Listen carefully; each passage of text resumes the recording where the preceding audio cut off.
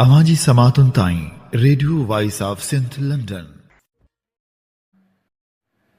जदीद सिंधी साफ़ जे बानी radio voice of Sindh London जे सरवाण साईं इमदाद ओढो जी उहा तक़रीर जेका हुन सानाजी आलमी कॉन्फ्रेंस लाइ लिखी हुई, पर वक़्तु घटि हुजण जे करे हुन आलमी कॉन्फ्रेंस खे ख़िताबु ज़रूरु कयो हो, पर तक़रीर पढ़ी न सघियो हो। उहा यादगार तक़रीर असीं अवां जे समातनि जी नज़र करियूं था। मानवारा साथियो, भेनरूं ऐं भाइरो, जीए सिंध, जीए सिंधी ॿोली ऐं जीए सिंधी पूरे तवाम। अॼोके हिन शानदार मेड़ाके खे कोठाइण ते साना जा थोराइता आहियूं। मौजूदा हालतुनि में अहिड़नि मेड़ाकनि ऐं उन में थींदड़ फ़ैसिलनि ते अमल जी सख़्तु ज़रूरत आहे। सिंध हिन वक़्तु अनेक मसइलनि खे मुंहुं ॾेई रही आहे। ख़ासि तरह सिंध में तालीम तबाह कई वई आहे, सिहत जूं सहूलियतूं अणपूरियूं आहिनि। एतिरे ताईं जो मिसकीन माण्हू इलाज जी अणहूंद कारण वॾे अंग में मौत जे राकाश जो शिकार थी रहिया आहिनि। नौजवाननि खे ॼाण हासिलु करण लाइ लाइब्रेरियुनि जो फ़ुक़दान आहे। सभ खां पहिरियां इहो ॼाण जी कोशिशि कंदासूं त अॼु जे हिन जदीद दौर में सिंध किथे बीठी आहे। सिंध जे नियाणियुनि खे ॾिसूं त उहा तबाह आहे। यूनिसेफ जी रिपोर्ट मूजिबि 74 लख खां वधीक ॿार, यानी 5 खां 16 सालनि ताईं जा 44% ॿार स्कूल खां ॿाहिरि आहिनि।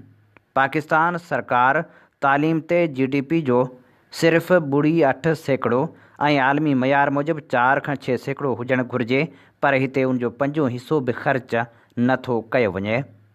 कुदरती आफ़तनि जे करे 2024 में 1300 स्कूल मुतासिर थिया। उन्हनि में 228 स्कूल बिल्कुलु ॼण त मिसारजी विया।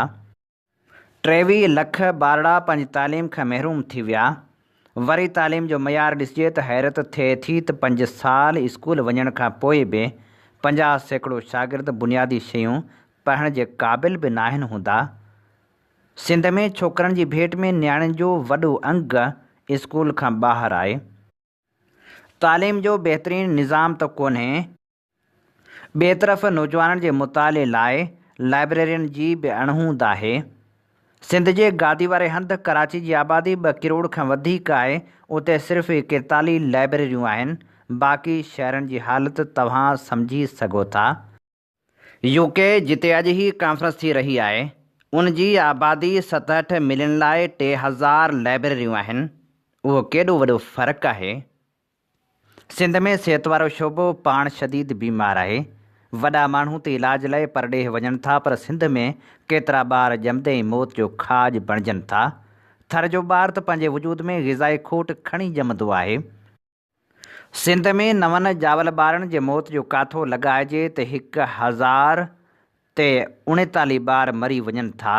1 लख ते 224 औरतूं बहितर इलाज न मिलण करे अजल जो शिकार थियनि थियूं। आलमी सिहत वारे इदारे WHO ॿुधायो त पाकिस्तान में हर रोज़ 675 नवां ॼावल ॿार ऐं 27 माइरूं मरनि थियूं। हर साल 2,46,000 नवां ॼावल ॿार ऐं तक़रीबन 10,000 माइरूं मौत जो खाज बणिजनि थियूं। पूरे पाकिस्तान में 751 माण्हुनि ते सिर्फ़ु 1 डॉक्टर आहे। सिहत वारे शोबे ते सरकार GDP जो 1% खां बि घटि ख़र्च करे थी। पाकिस्तान सिहत जे मयार वारी फ़हिरिस्त में 195 मुल्कनि मां 124 नंबर ते आहे। सिंध सां त इहो आलमियो आहे त उते HIV जी बीमारी सबबि 500 खां वधीक ॿार लाड़काणे ज़िले में मुतासिर थिया। सिहत तालीम जी तबाही सां गॾु क़बीलाई जहिड़ा ऐं मंशा जे करे सिंध जेको नुक़सानु भोॻे पई, उनजे अज़ाले लाइ वॾी सचाई सां हंगामी बुनियादनि ते जाखोड़ जी ज़रूरत आहे। अहिड़ी सूरत हाल में सवाल इहो आहे त हाणे छा थियणु घुरिजे। मजमूई तौरु उन तबाही खे मुंहुं ॾियण लाइ शऊर जी ज़रूरत आहे। तालीम खे आम ॿार ताईं पहुचाइण लाइ हंगामी बुनियादनि ते कम जी ज़रूरत आहे। सिंध सरकार बंदि थियल स्कूलनि खे बहाल करण लाइ संजीदा कोन्हे। उन सूरत में परॾेह में रहंदड़ हर हिकु सरहदी वारे सिंध दोस्त खे पंहिंजे आबाई ॻोठनि ऐं शहरनि में स्कूलनि खे ओन करे उन्हनि खे मुकमिल तालीमी सहूलियतुनि सां तालीम जो सिलसिलो शुरू करणु घुरिजे। इन सिलसिले में सिंध डॉक्टर्स एसोसिएशन UK जे साथियुनि ऐं अमीर अबड़ो जी तनज़ीम काफ़ी स्कूल ओन कया आहिनि। उते बहितर तालीम जो सिलसिलो जारी आहे। साना पारां बि काविशूं जारी आहिनि, पर उहो अटे में लूणु बराबरि आहे। इन सिलसिले में संजीदगी सां कोशिशनि जी ज़रूरत आहे। उन खां सवाइ हर शहर में हंगामी बुनियादनि ते लाइब्रेरियूं क़ाइमु कयूं वञनि। सिंध में हिन आगाही वारे सफ़र में गुज़िरियल 13 सालनि खां लंडन मां पहिरियों वेब रेडियो ऐं TV वसीले सुजाॻी लाइ कोशिशूं कंदा पिया अचूं। इन सिलसिले में 2017 में असांजी नशरियात ते पाकिस्तान सरकार पारां पाबंदी मढ़ी वई हुई, पर असां मुतबादिल तरीक़नि सां नशरियात जारी रखियो पिया अचूं। असांजी मीडिया जी साख इहा आहे त सिंध तोड़े परॾेह में थींदड़ हर प्रोग्राम बिना कंहिं सेंसर जे नशर करियूं था। रेडियो जी नशरियात ॿुधण लाइ प्ले स्टोर मां radio voice of Sindh London जी ऐप डाउनलोड करे तव्हां पंहिंजे मोबाइल फ़ोन ते 24 कलाकनि जी नशरियात ॿुधी सघो था। इन सिलसिले में अव्हां खे सहकार जी गुज़ारिश कंदुसि त हीउ इदारो क़ौमी जदोजहद जो अहम मोर्चो आहे ऐं अव्हां जे सहकार जे ओसीड़े में रहंदो। अचो त गॾिजी शऊर पखेड़ियूं।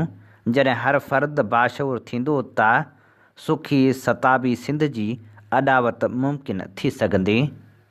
हीअ असीं अव्हां जी ख़िदमत में पेश करे रहिया हुआसीं जदीद सिंधी साफ़ जे बानी radio voice of Sindh London जे सरवाण साईं इमदाद ओढे जी तक़रीर। सिंध जो क़ौमी आवाज़ voice of Sindh London web radio ऐं TV चैनल जेको गुज़िरियल 13 सालनि खां सिंध सां थींदड़ ज़्यादतियुनि नाइंसाफ़ियुनि ख़िलाफ़ सघारो आवाज़ बणिजी दुनिया जी कुंड कुड़िछ में पहुचे थो। सिंध तोड़े दुनिया जे मुल्कनि में सिंधियुनि सां थींदड़ ज़ुल्म ऐं जबर ख़िलाफ़ उथंदड़ आवाज़ खे बेबाकी सां नशर करे थो। वॉइस ऑफ सिंध लंडन कारोबारी न पर क़ौमी जदोजहद जो अहम मोर्चो आहे, जंहिंखे अव्हां जे माली सहकार जी सख़्तु ज़रूरत आहे। उन आवाज़ खे घर घर ऐं शहर शहर पहुचाइण लाइ पंहिंजो क़ौमी फ़र्ज़ु अदा कयो। चैनल जे लिंक खे लाइक ऐं सब्सक्राइब ज़रूरु कयो। बैनर ते ॾिनल फ़ोन या ईमेल वसीले असां सां राबितो करे सघो था। अवां जी समातुनि ताईं radio voice of Sindh London.